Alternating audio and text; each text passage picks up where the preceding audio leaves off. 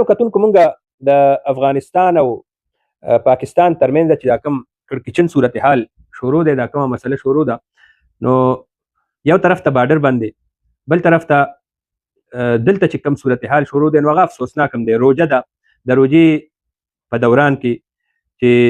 ډېر ګڼ تعداد کې افغانیان هغه خپل وطن ته تللي دي، په لارو باندې انښتي دي، ډېر ټرکونه د بارډرو نه راواپس شو.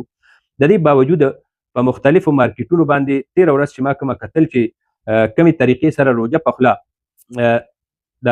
افغان چې کوم تاجران دي، دکانداران دي، هغوی له دوکانونه بندول، هغوی له منډې ورکول. نو په دې باندې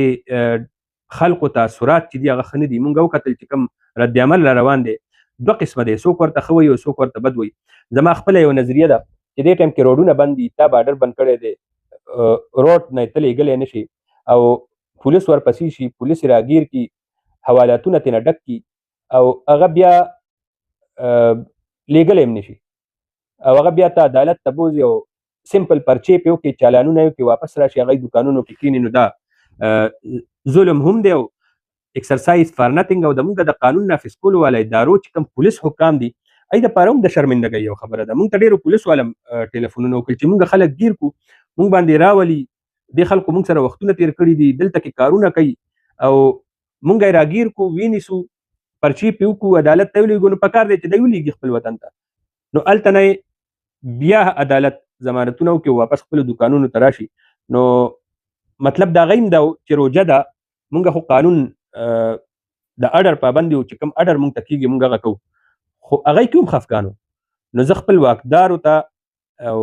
چې کوم زموږ چارواکي دي هغوی ته ریکویسټ کوم، درخواست کوم چې دې ټایم کې خو هغوی روان دي، افغان مهاجرین کله او پیمانه باندې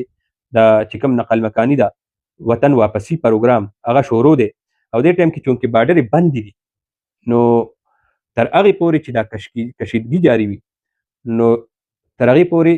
دا قسمه حالات چې په بازارونو کې ورته منډې ورکول، روژه په خوله هغوی پسې منډې وال او روژه په خوله هغوی له تکلیف ورکول، دا به ډېر غلط تاثر راتلونکي وخت لپاره پرېږدي او دې کې مزید نفرتونه پیداویږي. اگر چې تر اوسه پورې کوم تاثر د افغان مهاجرینو د طرف نه را روان یو ذهن کې خبره منلې وه چې بس دا خو زموږ وطن نه دی او موږ به ځو، خو د هغې نه اضافي چې کوم پکړ دکړ او دونه او بېعزتیانې کول، دا د ملک مفادو کې هم نه دي او دا علاقایي زموږ پښتون کلچر روایات هم نه دي.